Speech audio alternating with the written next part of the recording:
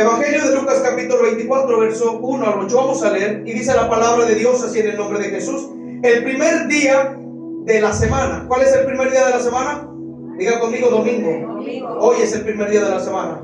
El primer día de la semana, muy de mañana, vinieron al sepulcro trayendo las especias aromáticas que habían preparado y algunas otras mujeres con ellas. Y hallaron removida ¿la qué? La piedra del sepulcro, y entrando no hallaron el cuerpo del Señor Jesús. Aconteció que estando ellas perplejas por esto, he aquí que se pararon junto a ellas dos varones con vestiduras resplandecientes, es decir, blancas. Y como tuvieron temor y bajaron el rostro a tierra, les dijeron: ¿por qué buscáis entre los muertos? Diga conmigo todos juntos: ¿a quién? Al que vive. Otra vez: ¿por qué buscáis de entre los muertos al que vive?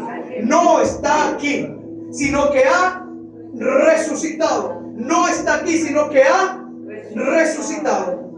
Y miren lo que dijeron estos seres: acordaos de lo que Él os habló cuando aún estaba en Galilea, diciendo: es necesario que el Hijo del Hombre sea entregado en manos de hombres, en manos de hombres pecadores, y que sea crucificado y resucite al tercer día.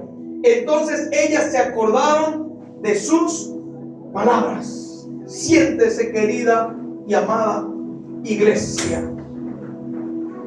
Gloria al Señor. El tema de esta noche se llama: Jesús ha resucitado. Ayer fue un día hermoso. Ayer estuvimos en una iglesia, invitaron a Raulito a predicar. Me gocé tanto, lloré, derramé mis lágrimas.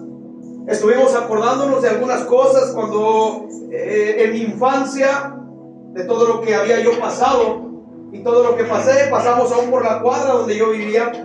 Y qué hermoso es recordar, la verdad, aquellos tiempos de donde Dios no tan solamente me saca a mí de aquella vida, ¿verdad?, sino que saca a mi familia de aquella vida tan fea que llevamos. Y porque Cristo resucitó y porque Cristo vive, nosotros también vivimos. El viernes, el martes, si no más bien no recuerdo, es el jueves, escuchamos el tema de las 7 palabras. El hermanito Tirano trajo el tema de las 7 palabras, de todo lo que aconteció en la vida de Jesús, todo lo que Jesús tuvo que hacer para que nosotros de alguna manera fuéramos reconciliados con el Padre, para que nosotros de alguna manera fuéramos perdonados de todos los pecados. Jesús tuvo que hacerse carne, lo dice Evangelio de Juan capítulo 1 en adelante, que el Verbo se hizo carne y el Verbo habitó entre nosotros. El Verbo se hizo hombre, tuvo que descender, o el Espíritu Santo darle vida a María para que Jesús pudiera nacer de ella. Sabemos toda la historia, no la quiero repetir, pero sabemos la historia de Jesús, todo lo que tuvo que acontecer para que nosotros pudiésemos estar aquí. Sabemos lo que Jesús dijo estando clavado en la cruz. Sabemos que la muerte de Cristo fue algo nunca antes visto, una muerte atroz, una muerte cruel, una muerte que en realidad merecíamos todos nosotros.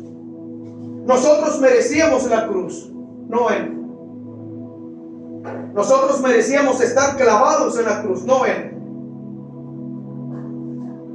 Pero por su misericordia es que Él viene, por amor es que Él viene en salvación de nosotros. Primera carta de Timoteo capítulo 1 verso 15 dice: palabra fiel y digna de ser recibida por todos, que Cristo Jesús vino al mundo para salvar a los pecadores, de los cuales yo soy el primero.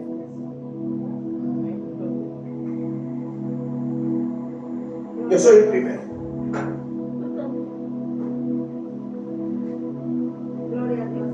Hoy es un día especial. Se vale llorar, se vale estar contentos, alegres, porque Él nos dio la libertad. La Biblia narra en las últimas 7 palabras de lo que Jesús dijo. La primera de las palabras fue cuando tiene una conversación con el ladrón de la cruz. Cuando todo el mundo pensaba que ese ladrón se iba a perder, había dos ladrones junto a él, uno a la izquierda y uno a la derecha. La primera conversación que él tuvo, la primera palabra que salió de su boca, porque él estaba siendo atormentado en esa cruz. La Biblia dice que eran en aquellos tiempos malditos los que eran colgados de un madero. Y él tuvo que padecer, tuvo que hacerse maldito para que nosotros pudiésemos tener esta gloria al Señor. Si alguien tiene un celular, que le baje volumen, por favor. Estamos en iglesia, aquí no hay que jugar, por favor. Él se hizo maldito para que nosotros pudiésemos ser bendecidos. Él quitó y rompió toda maldición de nuestras vidas para que nosotros fuéramos bendecidos por Él. La muerte de Jesús no fue una muerte normal, fue una muerte atroz, fue una muerte como nunca antes vista. Nadie en la vida, nadie, ningún ser humano podía soportar la muerte que Él padeció. Fue una muerte atroz, una muerte cruel, donde Él tuvo que padecer por causa de nosotros, iglesia amada. Una muerte muy fea, donde Él lo tuvieron que golpear, lo arrestaron primeramente, lo golpearon, Él padeció, le hicieron atrocidades, lo escupieron, lo abofetearon, le hicieron tantas cosas. Yo les enseñaba a ustedes anteriormente en una predicación lo que a Él hicieron: le arrancaron sus barbas, a Él lo desfiguraron, su cuerpo lo desfiguraron. La Biblia dice que aún sus costillas se les podían contar. Después de eso, del castigo tan atroz, del castigo tan cruel que Él recibió, dice la Biblia que Él cargó una cruz pesada por nosotros, y cada vez que Él cargaba la cruz, cada vez que Él se caía, con la cruz, Él se acordaba de nosotros. Él se levantaba por amor a nosotros. Él se levantaba por amor a Miguel. Él se levantaba por amor a Raulito. Él se levantaba por amor a mi hermanito Agustín. Cuando Él se caía, Él decía: yo me levanto por amor, yo me levanto porque los amo, yo me levanto porque eso vine, yo he venido a salvarlos, yo no he venido a que ellos se pierdan, he venido a salvarlos. Y por esa causa Él se levantaba cuando se caía de esa cruz. Él vino con el propósito de que todos nosotros fuéramos perdonados a través de su preciosa sangre derramada en el Calvario. Cada gota de sangre nos perdonó, cada gota de sangre nos limpió. Y esa misma sangre que Él virtió, esa misma sangre que Él derramó en el Calvario, es la misma sangre que tiene poder hasta el día de hoy. Esa sangre tiene poder. La sangre del Cordero tiene poder. La sangre del Cordero purifica. La sangre de Cristo Jesús limpia de todo pecado. La sangre de Cristo Jesús restaura. Gloria al Señor. Sabemos lo que pasó, el evento de las 7 palabras. Jesús salva al ladrón de la cruz. Lo salva. Después, la segunda palabra es cuando Jesús le dice a Juan: he ahí, Juan, tu madre. Al discípulo amado, que Juan era el discípulo no preferido, amado. El discípulo que se le recostaba a Jesús en el pecho. Era muy apegado a Jesús, por eso se le conoce como el discípulo amado, el más joven de todos ellos. Cuando Jesús estaba en la cruz clavado, se acordó de su madre. Jesús supo honrar a su madre a pesar de que Él sabía que iba a morir. No quiso dejarla sola. Le dice a Juan: Juan, he ahí tu madre. En pocas palabras: Juan, te encargo a mi madre, cuídala. No sabemos por qué razón es que no se las dejó encargados sus hermanos, Jacobo y los demás. No sabemos las razones, ¿verdad? La Biblia no tiene interpretación de eso. Y lo que no tiene interpretación, no podemos buscar la interpretación. Simplemente se la dejó encargada. Esa fue la segunda palabra que Jesús dijo en la cruz. Amén, gloria a Dios. Gloria al Señor. Una de las terceras palabras es cuando Jesús en la cruz, agonizando, con sus brazos desviados, porque sus huesos, la Biblia dice que ningún hueso de él iba a ser quebrado, así que sus huesos estaban desviados. La clavícula de Jesús estaba desviada, estaba fuera de lugar. Imagínense el dolor penetrante que Él sentía en su interior. El aire lo asfixiaba, le faltaba aire, lo asfixiaba, sus pulmones casi le reventaban de la presión. El dolor que Él estaba sintiendo en la cruz. Aún en su agonía dijo: Dios mío, ¿por qué me has desamparado? Dios no nos desampara, A pesar de que muchas veces pasamos por situaciones, A pesar de que muchas veces pasamos por circunstancias que tal vez pensemos que Dios se ha alejado, que Dios se ha apartado. No, Dios está ahí. Dios no se aparta de nosotros, Él está ahí. Jesús se sintió solo en ese momento. ¿Sabe por qué Jesús se sintió solo? Porque era tanta la carga de pecados que Él estaba llevando en su cuerpo. Recuerde que cada golpe que a Él le daban, cada golpe, cada latigazo era cada enfermedad que Él llevaba en su cuerpo. Cada pecado que Él llevaba en su cuerpo era tanto lo que Él llevaba en su cuerpo que se sintió solo. Hay veces que nosotros también llevamos tantas cosas dentro de nosotros que no nos dejan ver que Dios está ahí a nuestro lado. Hay cargas que llevamos dentro de nosotros que no nos permiten entender que la presencia de Dios está ahí para ayudarnos. Jesús le decía: Dios mío, ¿por qué me has abandonado? Pero ciertamente Dios no lo había abandonado. Simplemente que Dios no puede habitar en el pecado, y Jesús llevaba todo pecado en su cuerpo, pero Dios estaba ahí. Esa fue una de las terceras palabras que Él dijo en la cruz. Otra de las palabras que Él dijo: tengo sed. Tengo sed. Ya sabemos toda la historia de lo que aconteció en las 7 palabras. Gloria al Señor. Gloria al Señor. Y no quiero repetirla, pero una de las palabras también que el Señor, una de las últimas, casi penúltimas palabras, fue decir: Padre, perdónanos porque no saben lo que hacen. Cuando lo estaban golpeando, cuando lo habían crucificado, dice: perdónales porque no saben lo que hacen. ¿Y usted cree que ellos no sabían lo que hacían? Sí sabían lo que hacían. Pero como ahí estaba el Hijo de Dios, nos estaba perdonando. Es decir, que Jesús nos llama al perdón. Jesús quiere que nos perdonemos, que no llevemos esa carga dentro de nosotros, esa falta de perdón que nos aparta de Dios, esa falta de perdón que nos aleja de la presencia de Dios. Dios quiere que nos perdonemos los unos a los otros. Si Dios perdonó, o Jesús perdonó a sus transgresores, ¿cómo no perdonar yo las ofensas también? Jesús quiere que nos perdonemos. Gloria a Dios. Y sabemos toda la historia, ¿verdad?, que pasó en la cruz. Cómo Jesús murió en la cruz, entregó su espíritu. El Señor falleció, murió en la cruz, expiró, dice su palabra. Sabemos que en aquellos tiempos había un hombre, gloria al Señor, que fue a hablar con este Poncio Pilato para pedirle el cuerpo de Jesús. Y ahí arranca la historia. Cuando se llevan el cuerpo de Jesús a la tumba, una tumba que no era de él, era una tumba que nadie la había usado, el cual la dio José de Arimatea para Jesús, para que descansaran sus restos. Todo el mundo pensaba que Jesús era un profeta más. Todo el mundo pensaba que Jesús era uno más del montón, sin saber la mayoría que Jesús era el Hijo de Dios. Vamos a remontarnos a la historia. Cuando Jesús estaba en la tumba, vámonos desde la tumba de Jesús. No me quiero ir a la cruz. Vámonos desde la tumba de Jesús, cuando llevaron el cuerpo del maestro a la tumba. Y dice lo siguiente en Lucas 24, 1-8: el primer día de la semana, el cual es domingo, muy de mañana vinieron al sepulcro trayendo las especies aromáticas que habían preparado, y algunas otras mujeres con ellas. Las que fueron a la tumba de Jesús eran mujeres, entre ellas María Magdalena, la madre de Jesús, entre otras mujeres. Dice que prepararon algunas aromas.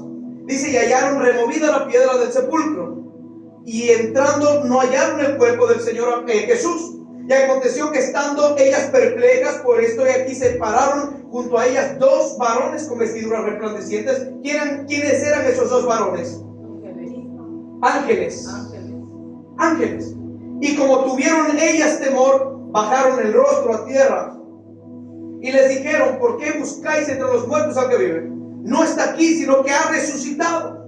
Acordaos de lo que os habló cuando aún estaba en Galilea, diciendo: es necesario que el Hijo del Hombre sea entregado en manos de hombres pecadores, y que sea crucificado y resucite al tercer día.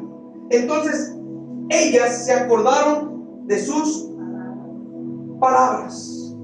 Miren qué interesante. Se acordaron de sus palabras. Jesús ya les había dicho lo que tenía que acontecer, pero en aquellos tiempos ellos no entendían lo que iba a acontecer. Lo más interesante de esta historia es cómo dos varones vestidos de ropas resplandecientes, dice que tuvieron una conversación con, gloria al Señor, con dos ángeles. Eso es lo interesante, que tuvieron una conversación, estos ángeles con dos mujeres. Lo que dice aquí, esas mujeres eran seguidoras, diga conmigo, de Jesús. Amén. ¿Qué es lo que le responden estos varones a estas mujeres que buscaban a Jesús? Aleluya. Le dicen: ¿por qué buscáis entre los muertos al que vive? Él no está aquí, le dijeron, sino que ha resucitado. Dígale al que tiene al lado: Jesús ha resucitado. Jesús ha resucitado. Él ha resucitado, Él vive. Él ya no está en la tumba, Él ya no está en la cruz. Él no está en la cruz, Él no está crucificado. Él vive. Él vive, Él resucitó y está a la diestra del Padre. Y el que vive viene por segunda vez por su iglesia. Él vive y viene por segunda vez. Él ha resucitado. Cuando hablamos de la resurrección, ¿sabe lo que me recuerda? Me recuerda a lo que aconteció con Lázaro en Betania. Gloria al Señor, que después de 4 días de haber muerto, Jesús le resucita. Pero antes de la resurrección, amada iglesia, de Lázaro, Jesús usa un término poderoso dicho por sus propios labios, y el discípulo Juan nos recuerda esa frase tan poderosa que Jesús usó en Betania, y la vamos a recordar hoy. Evangelio de Juan, capítulo 11, verso 25. Vamos a ver estas palabras tan poderosas que salieron de la boca de Jesús. Evangelio de Juan, capítulo 11, verso 25. Mira el término que usó Jesús cuando Lázaro, gloria al Señor, estaba en la tumba, estaba en esa cueva.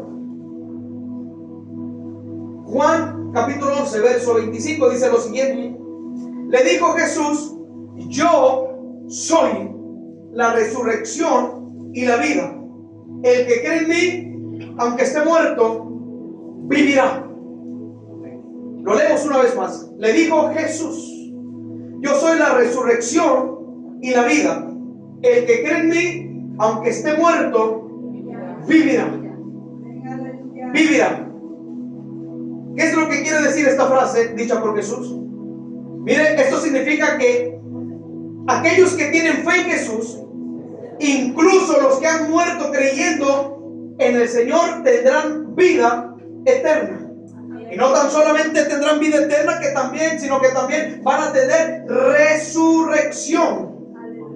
Esto es lo que quiere decir esta frase que dice: yo soy la resurrección y la vida, y el que cree en mí, aunque esté muerto, vivirá. El Señor nos ofrece vida eterna. El Señor nos ofrece resurrección a través de su muerte y de su resurrección.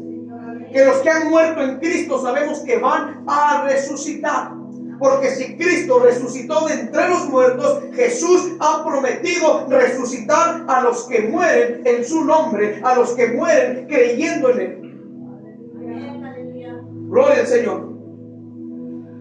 En el Evangelio de Juan, capítulo 11, verso 25, el cual leímos, Jesús se presenta como, diga conmigo, como la resurrección y la vida.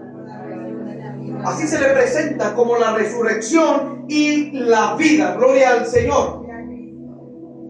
Y le promete a todos aquellos que confían en Él y todos aquellos que creen en Él que no morirán para siempre. Esto es lo que promete el Señor, que no morirán para siempre, sino que habrá una resurrección para vida eterna. Porque el Señor así lo ha prometido, que nos iba a resucitar. La resurrección, iglesia querida, de Jesús ha sido el milagro más grande de la historia. El más grande de la historia. La resurrección de Jesús ha sido el evento más glorioso sobre toda la faz de la tierra. ¿Cuántos dicen amén? Amén. La resurrección de Jesús ha sido la parte más importante en el cristianismo, la parte más esencial en el cristianismo. La resurrección de Cristo. Esa es la parte más importante del Evangelio. Nos enseña el apóstol Pablo algo muy importante en primera carta a los Corintios, capítulo 15, verso 14, y lo vamos a estar leyendo. La parte más importante de todo esto que nos enseña la palabra. Primera carta a los Corintios, capítulo 15, verso 14. Cuando lo encuentre, digo fuertemente. El Evangelio es la parte central, la resurrección del cristianismo. Amén. Primera carta a los Corintios, capítulo 15, verso 14. Cuando lo encuentre, digo un fuerte amén. Gloria al Señor. Mira lo que dice. Y si Cristo no resucitó, vana es entonces nuestra predicación. Vana es también vuestra fe. Si Cristo no hubiese resucitado, no serviría de nada que estuviéramos aquí. Perderíamos el tiempo nada más. Vana fuera la predicación, vana fuera nuestra fe si Él no hubiese resucitado. Es decir, que si Él no hubiera resucitado, todo esto sería una farsa, una mentira. La predicación del Evangelio sería solamente una pérdida de tiempo. Aún la fe que se basa en su resurrección no tendría sentido si no hubiese resucitado el tercer día. No tendría caso que nosotros viniéramos a escuchar la palabra de Dios. Pero nosotros creemos que Él sí resucitó. ¿Cuántos creen que Él resucitó? Amén. Que no tan solamente murió por nuestros pecados, sino que creemos que Él resucitó de entre los muertos, triunfando poderosamente sobre la muerte. Eso es lo que nos lleva a hacer la fe, a creer que Él resucitó. La fe nos lleva a creer que lo que predicamos tiene poder. La fe nos lleva a tener conciencia de que el Evangelio tiene poder. Aún el apóstol Pablo decía que el Evangelio tiene poder.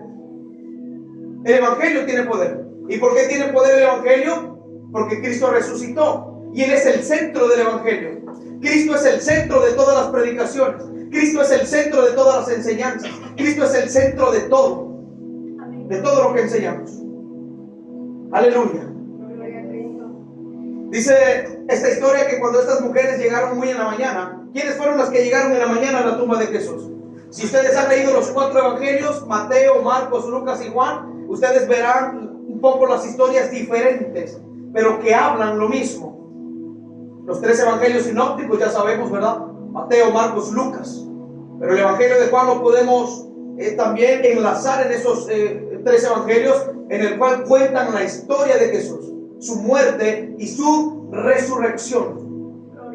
Enseña lo mismo, que Jesús resucitó. Amén. Pues esas mujeres llegaron, como lo leíamos, muy en la mañana. Pero cuando ellas llegan, hubo un acontecimiento poderoso. ¿Cuál fue ese acontecimiento? Que Jesús había resucitado. Cuando esas mujeres llegan a llevarle al Señor aromas para embalsamarlo, o no sé, ellos llegan, se encuentran con la noticia de que Jesús había resucitado. Pero a ellas les entra miedo, les entra temor de que el cuerpo de Jesús haya sido robado, que alguien se lo haya llevado. Tuvieron temor en el corazón porque aún no entendían que Jesús les había dicho que iba a resucitar al tercer día. No entendían todavía esas mujeres, los discípulos aún no entendían esta verdad que Jesús les había dicho a través de sus propios labios. Gloria al Señor. Cuando ellas llegan a la tumba, se encuentran con la noticia de que Jesús había resucitado. Y miren lo interesante de todo esto, que la palabra de Dios nos enseña que en la tumba había soldados resguardando el cuerpo de Jesús. Había soldados en ese tiempo que resguardaban, porque decían ellos, no vaya a ser que vengan los discípulos y se lleven el cuerpo y después anden diciendo que Él resucitó. Pues por eso pusieron esos soldados romanos para que resguardaran el cuerpo de Jesús. Gloria al Señor. Pero la Biblia dice que cuando el Espíritu de Dios vino sobre Jesús, lo resucitó y aún la piedra fue removida. Que aún los soldados dicen que cayeron como muertos cuando presenciaron la resurrección de Jesús. Imagínense esa gloria que en esa hora de la mañana, imagínense cómo iluminó esa gloria y cómo el que había muerto resucitó. Gloria al Señor. Mateo capítulo 28 verso 1 y 7. Repito, Evangelio de Mateo capítulo 28 verso 1 y 7. Vamos a ver que aquí nos expresa un poquito más mejor, nos explica de quiénes eran las mujeres que fueron a la tumba. Evangelio de Mateo capítulo 28 verso 1 y 7. Cuando lo encuentre diga un fuerte amén. Amén. Aquí nos explica un poco más detalladamente quiénes eran las mujeres que estuvieron en la tumba. Porque tal vez muchos dirán, pero ¿quiénes eran esas mujeres? ¿Cuáles eran sus nombres? Pues bueno, aquí lo vamos a ver. Dice así en el nombre de Jesús: pasado el día de reposo, al amanecer del primer día de la semana, domingo, vinieron, ¿quiénes vinieron? María Magdalena, ahí vemos el primer nombre. ¿Quién era María Magdalena?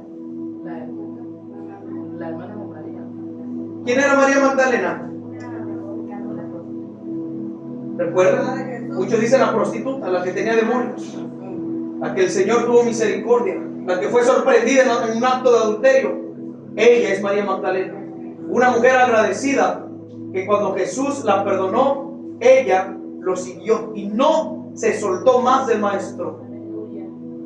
Miren qué importancia tienen las mujeres en el Nuevo Testamento.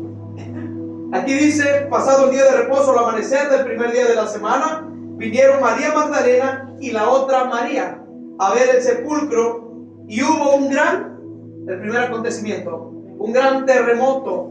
Porque ¿qué? Un ángel del Señor descendió ¿de dónde? Del cielo, y llegando removió la piedra. Y miren, aquí hay algo curioso y a la vez un poco gracioso. No tan solamente removió la piedra, sino que le pareció gracioso al ángel. Dijo: la voy a remover y me voy a sentar en ella. Y dice aquí que removió la piedra y se sentó sobre ella. Y su aspecto del ángel era como un relámpago. Y su vestido, ¿cómo viene usted ahora? De blanco. Y su vestido era blanco como la nieve. Y de miedo de él, los guardas, los que estaban resguardando, los soldados, dice, temblaron y quedaron como ¿qué? Como muertos. Mas el ángel respondiendo dijo a las mujeres, ahí estaban las mujeres, acababan de llegar: no temáis vosotras, porque yo sé que buscáis a Jesús, el que fue crucificado. Ya no está aquí, pues ha resucitado, como dijo. Venid, ved el lugar donde fue puesto el Señor, e id pronto y decid a sus discípulos que ha resucitado de los muertos, y aquí va delante de vosotros a Galilea. Allí le veréis. He aquí os lo he dicho. ¿Quién había resucitado? Diga conmigo: Jesús. ¿Quién removió la piedra? Un ángel en forma de relámpago, en forma de que tenía vestiduras blancas. Aún ese ángel se sentó en la piedra y los soldados quedaron como muertos, cayendo al piso. Porque no es con fuerzas humanas que se puede remover una piedra, es a través del Espíritu Santo de Dios. El ángel hizo su función. El ángel descendió del cielo, lo mandó Dios, el Padre. El Padre lo mandó y le dijo: vas y me remueves esa piedra. Le dice al ángel. Esa era la función del ángel: bajar, descender y mover la piedra y darle las buenas noticias a estas mujeres de que Jesús había resucitado. Era tanto el esplendor de ese ángel que los soldados no pudieron, gloria al Señor, verlo así. Se asustaron al grado de que cayeron como muertos. Pero ese ángel no resucitó a Jesús. Más adelante vamos a estar viendo quién resucitó a Jesús. No fue el ángel. La muerte pensaba que había triunfado sobre Jesús. La muerte pensaba que ella había ganado, así como Satanás en la cruz. Él pensó que él ya tenía la victoria sobre todos, pero no fue así. Sabemos a través de la palabra que los principados y las potestades fueron exhibidos públicamente en la cruz del Calvario. ¿Y quién fue el que triunfó en la cruz del Calvario? Fue Jesús el que triunfó en la cruz del Calvario. No fue un fracaso en la cruz como muchos lo dicen. Muchos dicen que Jesús fue un fracaso en la cruz, pero no es así. La victoria fue de Jesús en la cruz, exhibiendo a toda la potestad y a todos los principados, aún al mismo diablo, lo exhibió en la cruz del Calvario. ¿Y cuál fue la manera de exhibirlos? A través de su muerte. Ahí lo exhibió. Pero en la resurrección exhibe a la muerte y derrota a la muerte. Gloria al Señor. Jesús ha resucitado. Romanos capítulo 8, verso 11. Vamos a ver las funciones. El ángel tuvo su función: mover o remover la piedra. Y vamos a ver la función del Espíritu. Que nosotros sabemos que este Espíritu es el Espíritu Santo de Dios. El que levanta de la muerte a quien Él quiere levantar. El que resucita a quien Él quiere resucitar. El que sana a quien Él quiere sanar. Gloria al Señor. El que tiene misericordia de quien Él quiere tener misericordia. Romanos capítulo 8, verso 11. Vamos a ver lo que nos enseña. Y vamos a ver ahí que no fue el ángel el que levantó a Jesús entre la muerte. Romanos capítulo 8, verso 11 dice lo siguiente. Lo encontró, amada iglesia. Y mira lo que dice. Y si el Espíritu de aquel que le levantó de los muertos, ¿a quién? A Jesús. Mora en vosotros. El que levantó de los muertos a Cristo Jesús vivificará también vuestros cuerpos mortales por su Espíritu que mora ¿en dónde? ¿En dónde mora el Espíritu? ¿En dónde mora el Espíritu? ¿En dónde mora el Espíritu? La Biblia dice que somos templo y morada del Espíritu Santo de Dios. Por eso Efesios capítulo 4 verso 29, si no más bien no recuerdo, dice que no tenemos que contristar al Espíritu Santo de Dios, por el cual hemos sido nosotros ¿qué? Sellados para el día de la redención. El Espíritu vive dentro de nosotros. Cuando Jesús resucita y vence a la muerte, el Espíritu, desde ese tiempo, el Espíritu vive dentro de nosotros. ¿Quién fue el que resucitó a Jesús? El Espíritu Santo. Diga conmigo, ¿quién resucitó a Jesús? El Espíritu Santo. El Espíritu Santo es el Espíritu de Dios, el que tiene el poder para levantar al caído, el que tiene el poder, el único que tiene el poder para perdonar pecados. No es San Judas Tadeo, no es el sacerdote, no es el pastor, no son los ministros los que pueden perdonar pecados. Es Cristo Jesús el único que tiene la autoridad y la soberanía de perdonar pecados. Nadie más. Solo Jesús. Solo Jesús. Vemos el gran milagro, el gran evento, como el Espíritu Santo desciende y levanta al tercer día a Jesús de la muerte. Qué maravilloso. Que el que había muerto resucitó. Lázaro resucitó, lo resucitó Jesús, pero volvió a morir.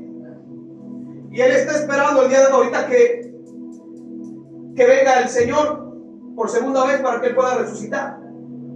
Esta niña de 12 años que lo leemos en el Evangelio de Mateo, el Señor la resucitó también, pero volvió a morir. Entre muchos muertos que el Señor resucitó, pero volvieron a morir. Pero el Señor resucitó y Él nunca más volvió a morir. Y Él vive por los siglos de los siglos. Y podemos decir amén. Él murió, pero Él resucitó, pero Él ya nunca más murió. Él vive y está sentado a la diestra del Padre. Y está abogando por usted y por mí. Hebreos capítulo 2, verso 14 y 18. Gloria al Señor. Hebreos capítulo 2, verso 14 y 18.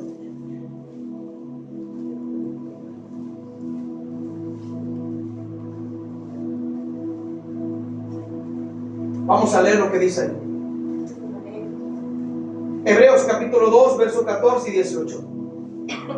Cuando lo hayan encontrado, digo fuertemente. Dice así, en el nombre de Jesús dice: así que por cuanto los hijos participaron de carne y sangre, Él también participó de lo mismo, hablando de Jesús, para destruir por medio de la muerte al que tenía el imperio de la muerte, y esto es el diablo, y librar a todos los que por el temor de la muerte estaban durante toda la vida sujetos a servidumbre. Porque ciertamente no socorrió a los ángeles, sino que socorrió a la descendencia de Abraham, por lo cual debía ser en todo semejante a sus hermanos, para venir a ser misericordioso y fiel, sumo sacerdote en lo que a Dios se refiere, para expiar los pecados del pueblo, pues en cuanto él mismo padeció siendo tentado, es poderoso para socorrer a los que son tentados, dice aquí. ¿Cuál fue la manera de que Jesús derrotó el imperio de la muerte? Diga conmigo: a través de su muerte. Jesús tuvo que morir para destruir todo imperio de la muerte. Gloria al Señor. Y podernos a nosotros librar de la muerte. Aunque nosotros morimos, es cierto, morimos, porque quedó establecido así, en que el hombre muera una sola vez y después de esto el juicio. Así quedó establecido por la palabra de Dios. Pero ahora la garantía que Jesús nos da, que cuando nosotros morimos en Cristo Jesús, Él ha prometido resucitarnos. Cuando morimos en Cristo Jesús, Él tuvo que morir en la cruz para poder vencer el imperio de la muerte. Habla de un imperio. Para usted, ¿qué es un imperio? Es un imperio satánico, un imperio infernal, un imperio de las tinieblas, donde el que gobernaba era el diablo a través de la muerte. Gloria al Señor. Aún la palabra de Dios dice que el príncipe de este mundo es Satanás. Pero me encanta cuando ciertamente él es el príncipe de este mundo y él gobierna este mundo. Pero la Biblia dice que Jesús es el Rey de Reyes y Señor de Señores. Amén. Déselo fuerte.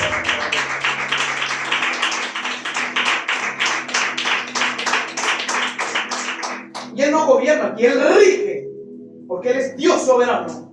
Él rige a las naciones, porque es soberano. Gloria al Señor. Amén, aleluya. Tuvo que morir para destruir el imperio de la muerte. De nosotros el Señor nos sacó. Yo quiero que nos traslademos un poco a la historia o al inicio y el origen de la desobediencia, y donde por causa de la desobediencia entró el pecado y la muerte a ese mundo. Yo quiero que nos traslademos a Génesis capítulo 2, versos 16 y 17. Vamos a buscar Génesis capítulo 2, versos 16 y 17. Gloria al Señor. Gloria a Dios. Aleluya.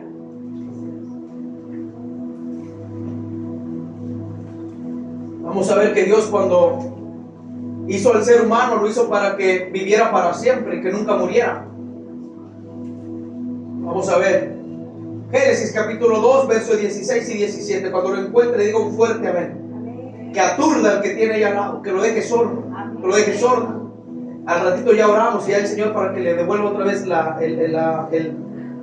¿cómo se llama? El audio, otra vez que el Señor le restaure y el pámpano, el oído. El tímpano, perdón, el tímpano es el...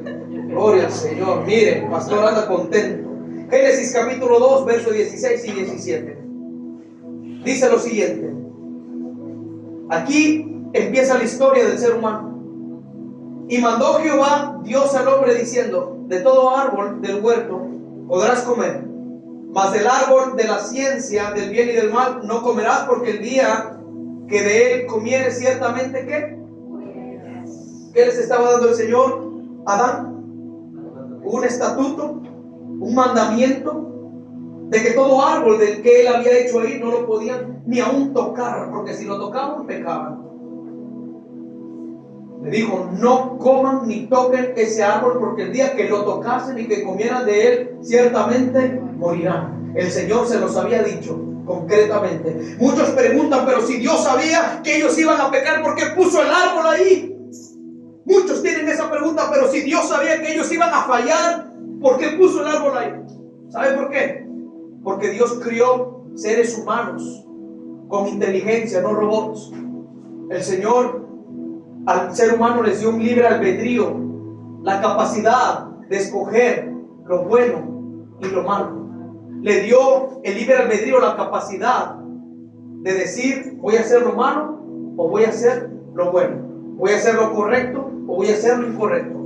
Adán y Eva tenían capacidades, ellos podían elegir en decirle al pecado no o en decirle sí. Así de simple. El Señor no creó robots. Nosotros no somos robots, porque si fuéramos robots, imagínense, nos controlara el Señor y anduviéramos como robots. No, Él sigue confiando en nosotros, que a pesar de que el ser humano pecó, el Señor sigue confiando en nosotros hasta el día de hoy. Gloria a Dios. Cuando el Señor les dice no coman de ese árbol de la ciencia del bien y del mal, del bien y del mal, ciencia. Por ahí hay un don que se llama el don de ciencia, pero habla de la ciencia. Dice, porque el día que comieres ciertamente morirás. Un precepto que Dios le dio a Adán. Le dijo a Adán, ten cuidado por favor de comer, es más, ni mires al árbol, aléjate. ¿Qué representa el árbol de la ciencia del mal en estos días? Representa el mundo allá afuera. Representan todas las vanidades del mundo allá afuera, todo lo que el mundo ofrece. Lo que el mundo ofrece es pecado solamente, lo que el mundo ofrece es destrucción, lo que el mundo ofrece son emociones pasajeras solamente, para después darte el pago, porque la Biblia dice que la paga del pecado es la muerte, mas la dádiva de Cristo Jesús dice que es vida eterna. Este árbol representa el mundo. A Adán le pareció tan atractivo, o no tanto a Adán, le pareció atractivo a Eva. El mundo a veces que parece atractivo, ¿verdad? Vemos tantas cosas y wow, nos parece atractivo y nos llama la atención al grado de que muchas veces nos saca del camino. Y comemos el fruto de allá afuera, el fruto prohibido, que aclaro no es la manzana, que la Biblia no lo dice. No lo dice, así que no diga manzana porque no dice la Biblia que sea una manzana. Dice un fruto nada más. Así que saques eso de que la manzanita, no, un fruto. Entonces los frutos representan todo lo que el diablo nos ofrece allá afuera, para apartarnos de la presencia de Dios. Porque ¿qué es lo que nos aparta de la presencia de Dios? Es el pecado. Dios no habita en el pecado. Por eso hay una palabra fuerte que el Señor dijo, que el que practica el pecado, su padre es el diablo, el que practica el pecado. Una cosa es fallar y otra cosa es practicar. Usted puede fallar, puede pecar, sí, pero apartarse del pecado, usted se aparta y ya. Pero si usted practica lo mismo y lo mismo y lo mismo, cuidado, porque ahí está haciendo lo contrario a lo que Dios ha establecido, y de ahí usted deja de ser hijo de Dios para volverse hijo de él, porque practica el pecado y Dios no habita en el pecado. Por eso es que Jesús vino a la tierra, para que de ese modo, a través de su sangre, nosotros pudiéramos tener no tan solamente un acercamiento con el Padre, sino un acercamiento, gloria al Señor, con Él mismo, con Jesús. Miren, yo quiero que leamos, vamos a leer Génesis, vamos a estar en Génesis, vamos a ver cómo Satanás en su astucia, vamos a ver lo que él hace. Satanás tiene una sabiduría diabólica para hacer caer a las personas y apartarlos de Dios, y vamos a ver que sí. ¿Cuántos creen que Satanás tiene una sabiduría diabólica? Me acuerdo que en una ocasión me pregunta una hermanita, no es de aquí, me preguntó que si Satanás tenía sabiduría. Satanás, le dije que sí, que Satanás tenía sabiduría, porque él es un imitador. ¿Acuerdan que yo se los demostré bíblicamente que él es un imitador? Habla de león de la tribu de Judá, ¿se acuerdan? Hay una de las imitaciones cuando dice el Señor, yo soy león de la tribu de Judá. Pero por otro lado, en 1 de Pedro encontramos que dice que en la Biblia que Satanás anda como león rugiente, buscando a quien devorar. Siempre ha querido imitar a Dios en todo. En los sellos del 666 encontramos en la Biblia los sellos, cuando el Señor venga va a sellar a su pueblo, a sus escogidos, no, tantas cosas. Entonces vamos a ver que Satanás tiene una sabiduría satánica. En Santiago capítulo 3, verso 15. Y gócese, usted gócese. Santiago capítulo 3, verso 15. Y esa sabiduría satánica, esa inteligencia, esa astucia que él tuvo, la usó para engañar a la mujer. Y la mujer engañó al marido. Mire, qué poder tiene la mujer, ¿verdad? Gloria al Señor. Dice en el nombre de Jesús así: porque esta sabiduría no es la que desciende de allá arriba, de lo alto, sino terrenal, animal y ¿qué? Diabólica. Y todo lo diabólico, todo lo malo, ¿de quién procede? ¿De quién viene? De Satanás. Aquí habla de, gloria al Señor, una sabiduría diabólica. Y con esa astucia, con esa inteligencia, sabiduría diabólica, hizo caer a la mujer. Vamos a ver lo que le dice Satanás cuando se le presenta a la mujer. Por un lado, Jesús o Dios se le presenta a Adán. ¿Por qué Satanás no se le presentó a Adán? ¿Por qué no se le presentó a Adán y se le presentó a la mujer? Porque sabía que Adán no lo iba a hacer caer, pero la mujer lo hizo caer. Mire qué extraño, ¿verdad? No lo iba a hacer caer Satanás, pero la mujer lo hizo caer. Pero cayó porque él quiso, porque él tomó la decisión. Génesis capítulo 3, verso 1 y 6. Vamos a ver la sabiduría satánica que este ser malvado usa para hacer caer a la mujer. Muchos piensan que todo es simbólico, que la serpiente es simbólico. No, eso no fue simbólico, eso fue literal. En aquellos tiempos ellos no se asustaban porque estaban acostumbrados a estar delante de todos los animales y ponerles el nombre y cuanta cosa. Por eso ellos no le tenían miedo. Génesis capítulo 3, verso 1 y 6.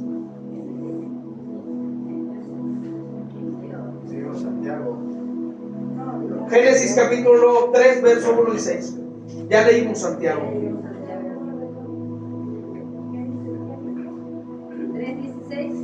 3, verso 1 y 6. Satanás no podía entrar al huerto. Hay una enseñanza muy hermosa de eso, donde Satanás rodeaba el huerto. Él no podía entrar. Él lo conocía porque él estuvo ahí. Pero él fue expulsado también del cielo y expulsado, y él no podía entrar. Pero él buscó la manera de cómo infiltrarse. Fue astuto. Y pues bueno, no vamos a entrar en eso. Vamos a ver el precepto que Dios le da al hombre cuando le dice: no coman de ese árbol porque ciertamente morirán. Pero mire la serpiente cómo fue de astuta. ¿Lo tiene? Dice así en el nombre de Jesús: pero la serpiente era astuta más que todos los animales del campo que Jehová Dios había hecho, la cual dijo a la mujer: sí, con que Dios ha dicho no comáis de todo árbol. La astucia, que no comáis de todo árbol del huerto. Y la mujer respondió a la serpiente: es que del fruto de los árboles del huerto podemos comer, pero del fruto del árbol que está en medio del huerto, dijo Dios, no comeréis de él, ni le tocaréis, para que no muráis.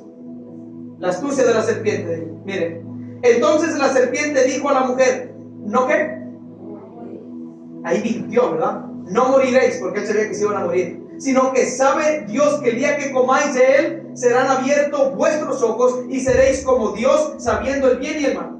Y vio la mujer que el árbol era bueno para comer y que era agradable a los ojos y árbol codiciable para alcanzar la sabiduría, y tomó de su fruto y comió y dio también a su marido, el cual comió así como él. Y en ese momento que ellos comen, entra la desobediencia, porque desobedecieron. La desobediencia se volvió pecado, para posteriormente la muerte entró. Entró la muerte en ese momento. Sus días estaban contados. Y el corazón de Dios fue lastimado en ese momento. Porque hay veces que Dios nos da los preceptos y nos dice: no comas de ese árbol, y ahí vamos. Somos cabezones y ahí vamos y comemos de ese árbol. Dios nos dice: no peques, no hagas esto, y ahí vamos y lo hacemos y practicamos el pecado, y practicamos el pecado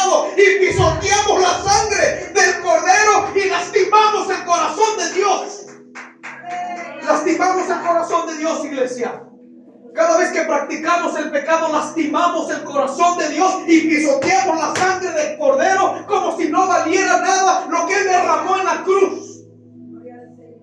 Pisoteamos la sangre del Cordero con nuestras actitudes, con nuestras acciones.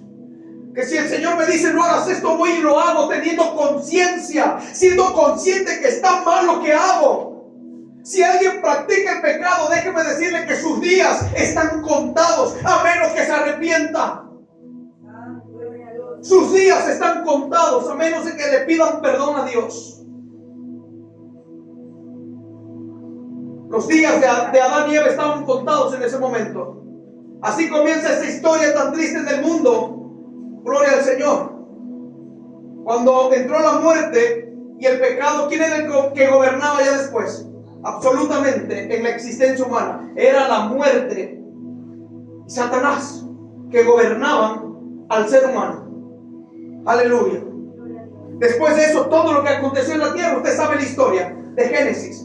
Todo lo que aconteció, empezó a haber muertes, Caín mata a Abel y empezó el enemigo a apoderarse de los pensamientos del ser humano, al grado de que encontramos el primer asesinato de Caín a Abel por las ofrendas de que yo doy lo mejor, tú lo peor. Y empieza el enemigo a sembrar cizaña en las mentes para matarse, para odiar, para no perdonar, para tener rencor, para tener amargura, cuando Dios no vino a eso. Gloria al Señor.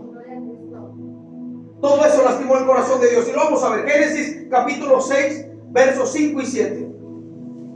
Dios se sentía triste por la situación del ser humano, de todo lo que estaba aconteciendo. Dios no quiere que nadie se pierda, ciertamente, sino que todos procedan al arrepentimiento. Hoy es tu día. Hoy es tu día que le digas, Señor, perdóname. Hoy es tu día en que le digas, Señor, yo voy a dejar de practicar este pecado. Tal vez usted diga, pero nadie me ve. Pero hay uno que todo lo ve. Y su nombre es Cristo Jesús. Pero Él no te juzga. Él a través de esta palabra te dice cuánto te ama y que hoy es el día de que usted se aparte de lo que está practicando. Gloria al Señor. Yo no sé para quién es esta palabra. Génesis capítulo 6, versos 5 y 7.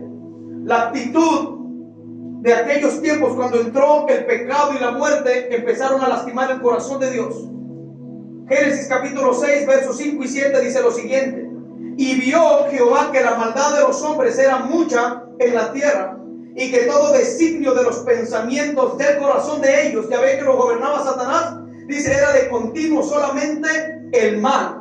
Y se arrepintió Jehová de haber hecho hombre en la tierra, y le dolió ¿dónde? En su corazón.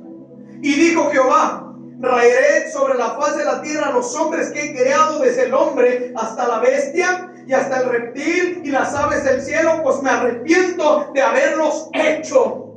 El corazón de Dios estaba lastimado por la actitud del hombre, la arrogancia, la soberbia, de sentirse superiores a lo demás, de sentirse superiores aún de Dios mismo.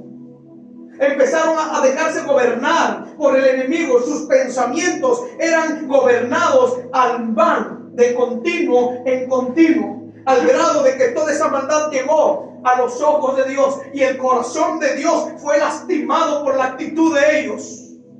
Y el Señor dijo: no más, no más, no más, no más, los voy a raer de la tierra. No quiero saber nada de ellos, no quiero saber nada de lo que yo he creado. Le dolió en su corazón.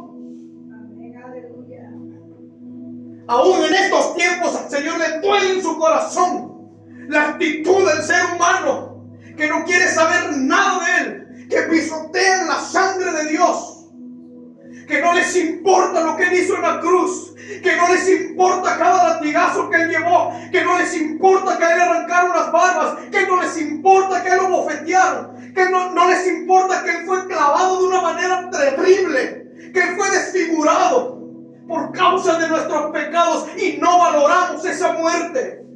Hay veces que no nos importa esa muerte. Pues así estaba haciendo el pueblo de aquellos tiempos, no le importaba. A ellos no les importaba ya Dios, ellos querían hacer lo que sus pensamientos los llevaban a hacer. No querían saber nada de Dios. Ellos decían, bueno, ya me crió, ya me hizo, pues ya. Sin saber que el corazón de Dios lo habían lastimado con su actitud.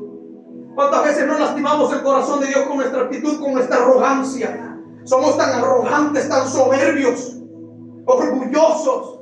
Nos creemos mucho más que Dios. Queremos a veces saber todas las cosas.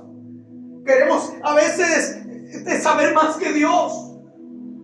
Y sin entender que lo único que hacemos es que con nuestra arrogancia, que en nuestros malos pensamientos dañamos o no dañamos, lastimamos el corazón de Dios. Contristamos al Espíritu Santo.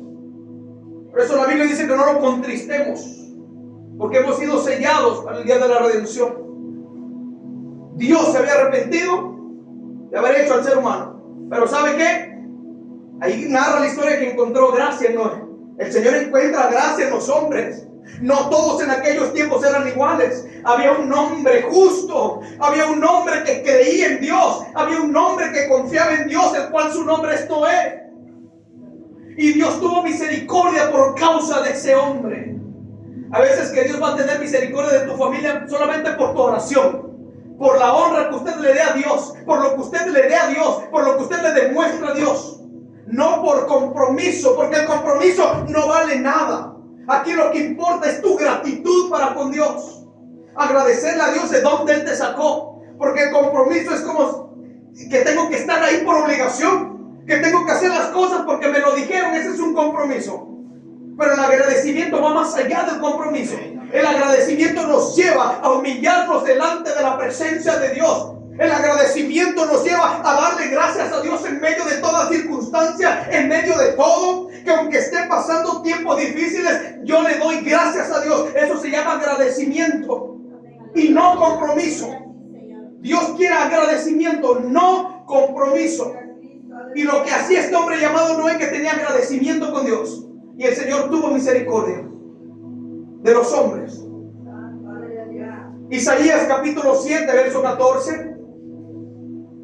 Vamos a ver las profecías.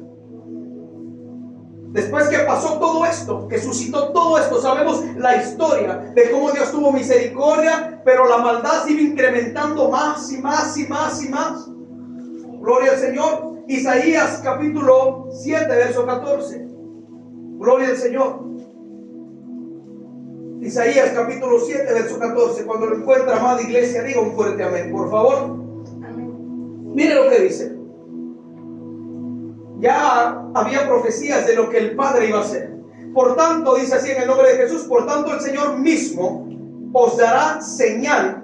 He aquí que la Virgen concebirá y dará a luz un hijo y llamará su nombre Emmanuel, que significa Dios con nosotros. Dios con nosotros. En la Biblia solamente habla una vez o dos veces, ¿va? En el Nuevo y en el Antiguo, donde Dios bajó personalmente a la tierra. La primera vez desciende en el monte de Sinaí. Personalmente Él desciende para ayudar al pueblo hebreo. Ahí desciende personalmente.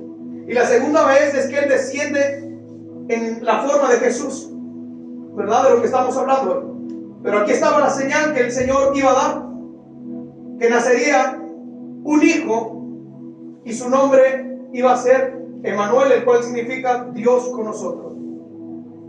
Juan capítulo 3, verso 16. Cuando ya no había esperanza, iglesia, cuando ya todo había acabado, cuando el corazón también de Dios estaba lastimado, cuando ya no había esperanza, cuando gobernaba la muerte, cuando el enemigo pensaba que él tenía todo ganado, hay una conversación en el cielo. Evangelio de Juan capítulo 3, verso 16. Hay una conversación en el cielo para ver qué es lo que iba a pasar aquí en la tierra con el ser humano. Y empieza a haber una conversación donde hay una junta en el cielo, ¿verdad? Así poderosa, donde solamente fueron invitados, y usted ya sabe quién es. Jesús y el Padre solamente, los invitados de honor, porque el Padre es el Espíritu Santo. Y ahí estaban Y llegaron a la conclusión de qué es lo que iban a hacer. Porque ya era mucho lo que estaba pasando aquí en la tierra. Y Jesús, sin pensarlo, dijo: yo voy. El Padre le dijo: es que a mí ya los sacrificios de cabras, de bueyes, no sirven de nada. No me satisfacen, ya no quiero nada de eso. Nada. Porque ¿de qué sirve que lo hagan?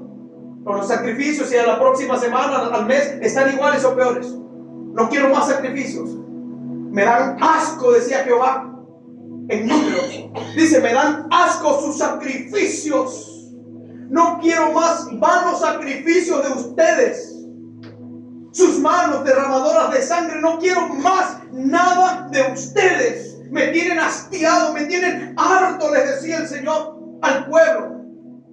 No quiero nada de ustedes. No había más sacrificio para que el ser humano pudiese ser salvos.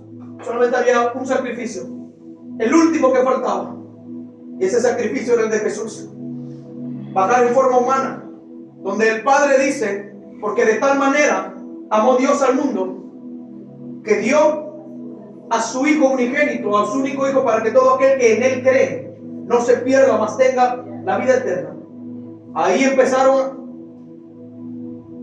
a platicar, gloria al Señor, y a llevar a cabo este propósito de salvación para el ser humano. Y en Juan capítulo 1, verso 11, vamos a ver lo que nos enseña. Evangelio de Juan capítulo 1, verso 11. Si lo encuentra, diga un fuerte amén. Ya vamos a terminar, no se preocupe. Evangelio de Juan capítulo 1, verso 1. Gloria a Dios. Mire lo que dice. Mire lo que dice. El encabezado dice: el verbo hecho carne. En el principio era el verbo, y el verbo era con Dios, y el verbo era Dios. Este era en el principio con Dios. Todas las cosas por Él fueron hechas, y sin Él nada de lo que ha sido hecho fue hecho. En Él estaba la vida, y la vida era la luz de los hombres. La luz en las tinieblas resplandece, y las tinieblas no prevalecieron contra ella. Hubo un hombre enviado de Dios, el cual se llamaba Juan, y aquí vemos, ¿verdad?, que Él vino a la tierra. Pues ahí vamos a quedarnos. Él vino a la tierra. ¿A qué vino a la tierra? A dar su vida en expiación de nuestros pecados, ya que el sacrificio que hacía el pueblo de animales ya no tenía efecto para con Dios. Tuvo que bajar el Señor mismo para podernos perdonar y limpiar. ¿Qué significa resurrección? ¿Qué significa resurrección? Porque Cristo resucitó. Resurrección significa volver a vivir. Dígale al que tiene al lado: resurrección significa volver a vivir o volver a la vida. Eso es lo que significa resurrección. Entonces, nuestro evangelio está basado en la resurrección de Cristo. ¿Y qué nos demuestra la resurrección de Cristo? Demuestra que Jesús era el Hijo de Dios, y que es el Hijo de Dios, y que Jesús nació a través del Espíritu Santo para cumplir el plan redentor del Padre. Gloria al Señor. ¿Qué representa la resurrección? La resurrección representa el triunfo de Jesús sobre la muerte y el pecado. Eso es lo que representa la resurrección. El triunfo de Jesús sobre la muerte y sobre el pecado. Porque Jesús nunca pecó. Y Jesús venció a la muerte.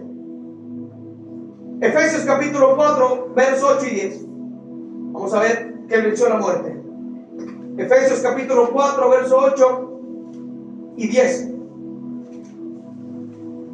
Vamos a ver que Él venció a la muerte. Hay muchos que adoran a la muerte sin saber que adoran al mismo Satanás. Pero no se les culpa. Hay que orar por ellos para que el Señor los toque.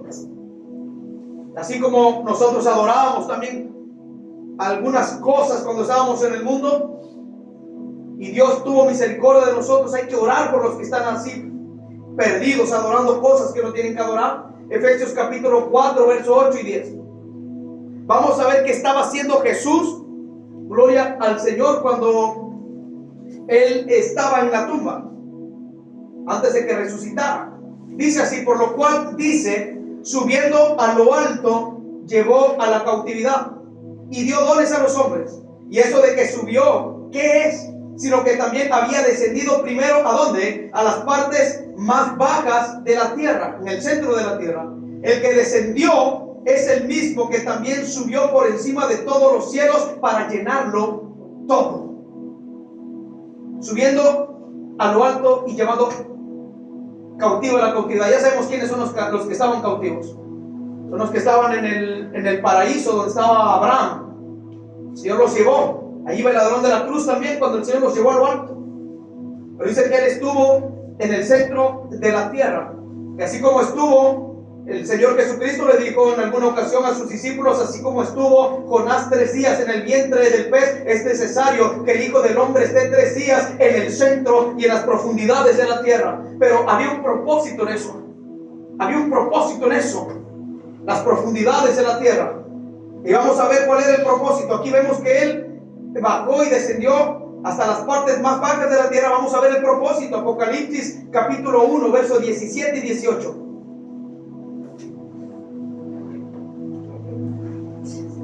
Apocalipsis capítulo 1, versos 17 y 18. Ya vamos a terminar, iglesia. 5 minutitos más. Apocalipsis capítulo 1, versos 17 y 18. Dice así. Lo vamos a leer de donde dice no temas. Sabemos que aquí en esta visión es donde se le aparece a Juan, el discípulo amado. Dice, no temas. Vamos a leer donde dice no temas. No temas, yo soy el primero y el último y el que vivo, porque resucitó. Y estuve muerto, mas he aquí que vivo por los siglos de los siglos. Es decir, que no muere. Y dice, amén. Y tengo las llaves de ¿qué? De la muerte y del Hades. ¿A qué fue a las profundidades el Señor Jesucristo? A arrebatarles las llaves de la muerte, a quitarle todo imperio a Satanás y a la muerte. A eso bajó a las profundidades el Señor, a decirle, te arrebato las llaves. Tú no tienes más autoridad sobre mi creación. Tal vez estaban haciendo fiesta, eso no lo dice la Biblia. Tal vez ellos estaban diciendo, lo vencimos. Mira, lo vencimos, lo exhibimos, lo hemos derrotado. Nosotros ahora somos los dueños de todo. Tal vez Satanás dijo, haré mi trono nuevamente y empezaré a hacer algo nuevo. Pero no se dieron cuenta que de repente una lucecita empezó a aparecer a lo alto. Y esa lucecita, al llegar a ellos, se dieron cuenta de que era Jesús. Y Jesús, cuando llegó a ese lugar, puedo imaginar que cayeron postrados delante de su presencia. Y el Señor le arrebató las llaves, el imperio de la muerte. Gloria al Señor. Aquí lo dice. Y tengo las llaves de la muerte y del Hades. A eso fue a las profundidades. Arrebatarle, a quitarle todo poderío a la muerte. Gloria al Señor. Primera carta a los Corintios, capítulo 15, versos 55 y 56. Cuando el Señor le quita las llaves, miren lo que le dice, la expresión del Señor. Esto lo escribe Pablo. Vamos a ver la expresión. Primera carta a los Corintios, capítulo 15, versos 55 y 56. Cuando le arrebata las llaves de la muerte, ahora nosotros también tenemos la victoria a través de eso. La muerte no tiene autoridad sobre nosotros. Nosotros, si morimos en el Señor, Él nos resucita. Dice así. Dice, ¿dónde está, oh muerte, tu aguijón? ¿Dónde está, oh sepulcro, tu victoria? ¿Qué significa el aguijón? El aguijón de la muerte es el pecado y el poder del pecado. Pues eso es lo que dijo. ¿Dónde está, oh muerte, tu aguijón? ¿Dónde está, oh sepulcro, tu victoria? ¿Dónde está, oh sepulcro, tu victoria? El sepulcro no tuvo victoria sobre Jesús. No tuvo victoria sobre Jesús. Ni el sepulcro, ni la muerte, ni Satanás, ni sus potestades, ni sus gobernadores, ni sus principados pudieron retenerlo. Nadie pudo retenerlo. Y vamos a ver más adelante que ahora la muerte le obedece al Señor. Vamos a ver más adelante. Me dijo en una ocasión un amigo pastor, me dice, pastor, pero es que la muerte sí le quitó la vida a Jesús en la cruz. Digo, claro que sí. Claro que le quitó la vida, pero todo fue con un propósito. El Señor tuvo que dar su vida, porque Él dijo, yo doy mi vida por ustedes y yo mismo la tomo. Yo mismo la tomo. En pocas palabras, yo soy Dios. Yo la doy, yo la quito. Digo, ciertamente, pero a través de su muerte que Él dio, la dio por nosotros, es que Él venció al imperio de la muerte. A través de su muerte Él venció el imperio de la muerte. Vamos a ver aquí que ahora la muerte le hace caso a Apocalipsis capítulo 20, versos 13 y 15. Falta un texto más. Apocalipsis capítulo 20, versos 13 y 15. Y vamos a ver que ahora la muerte le obedece. Porque todo le tiene que obedecer al que resucitó. La Biblia dice que ante Él toda rodilla se doblará, ante Él toda lengua confesará que Él es el Rey de Reyes y Señor de Señores. Y nosotros confesamos hoy y creemos hoy que Él murió y resucitó al tercer día. Apocalipsis capítulo 20, versos 13 y 15 dice lo siguiente: y el mar entregó los muertos que había en él, y la muerte, y el Hades entregaron los muertos que habían en ellos, y fueron juzgados cada uno según sus obras. Y la muerte, mira lo que le espera a la muerte. La muerte es un demonio. Y la muerte y el Hades fueron lanzados al lago de fuego. Y esta es la muerte segunda. Y el que no se halló inscrito en el libro de la vida fue lanzado ¿a dónde? Al lago de fuego. Por ahí tengo una enseñanza de que la muerte, hay dos tipos de muerte: la muerte espiritual, la muerte física, pero en sí, por ahí hay una enseñanza que la muerte es un principado, un demonio que trabajaba juntamente con Satanás. Dice que el que no fue inscrito en el libro de la vida será lanzado al lago de fuego. Pero lo importante de todo esto que vemos que la muerte le hace caso a Dios y le da los muertos que Él les tenga que dar para ser juzgados. Y la muerte va a ser juzgada, va a ser destruida. Dice en otro párrafo que la muerte será destruida, ya no existirá más. No existirá más, no habrá más llanto, no habrá más dolor, no habrá más muerte. Cuando estemos con el Señor va a haber alegría, va a haber paz. Él secará nuestras lágrimas. Si usted llora hoy, si usted se preocupa hoy, si usted se la pasa mal hoy, en aquellos tiempos usted estará bien delante de la presencia de Dios y no llorará más. Y usted le dirá al Señor ahí: Jesús, y mirando los ojos, usted le dirá: valió la pena esforzarme, valió la pena llorar, valió la pena, Señor, sufrir por causa de su nombre, valió la pena dejar todo el mundo por causa de usted, porque mire, ahora estoy enfrente de usted. Y usted le agradecerá en aquellos tiempos, aún coronas se le repartirán, pero usted por gratitud las arrojará al Maestro y dirá usted: yo no soy digno. Porque el único digno es Él. Todo se trata de Él, no de nosotros. Todo se trata de Él. Que si estamos aquí es gracias a Él. Que si usted está con vida es gracias a Él. Todo se trata acerca de Él, no de nosotros, de Él. Último texto, Romanos capítulo 6, versos 5 y 12. Y con ese finalizamos. Cristo ha resucitado entre los muertos. Y las vestiduras blancas significan pureza, lavamiento de pecados. Hay un texto por ahí donde dice que Él los vuelve como la blanca nieve, si eran como la grana, como el carmesí. Los vuelve como la blanca lana. Hemos sido perdonados por Jesús en la cruz. Romanos capítulo 6, versos 5 y 12. Dice así: porque si fuimos plantados juntamente con Él en la semejanza de su muerte, así también lo seremos en la resurrección. Ya vio que Él promete resucitarnos. Sabiendo esto, que nuestro viejo hombre fue crucificado juntamente con Él, para que el cuerpo del pecado sea destruido, a fin de que no sirvamos más ¿a qué? Al pecado. A Dios no le agrada. Porque el que ha muerto ha sido justificado del pecado.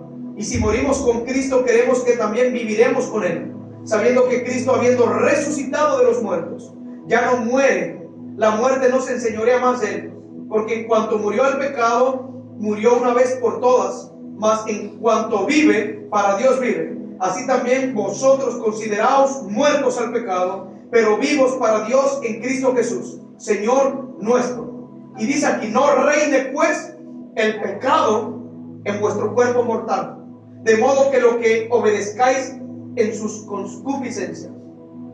Los pensamientos nos llevan a pecar. Si alguien en medio de nosotros practica algún pecado, es el tiempo de que usted se reconcilie con Dios y que le pida perdón, porque tal vez hoy puede ser el último día y Dios siempre nos habla a través de su palabra y nos da oportunidades. Vivimos en la gracia ciertamente, vivimos por su misericordia, pero no podemos abusar. ¿Qué pasaría si hoy la muerte nos sorprende? Que nos diga la muerte, el Señor, necio, necio, y vienen a pedir tu alma, y lo que has obtenido, lo que tienes, ¿de qué sirve? Para nada, para nada. Yo creo que hoy es el tiempo en que consideremos esta palabra y le pidamos perdón al Señor. Hoy es un tiempo, un día crucial. Hoy domingo resucitó el Señor en la mañana, venciendo a la muerte, y porque Él venció, nosotros vencemos.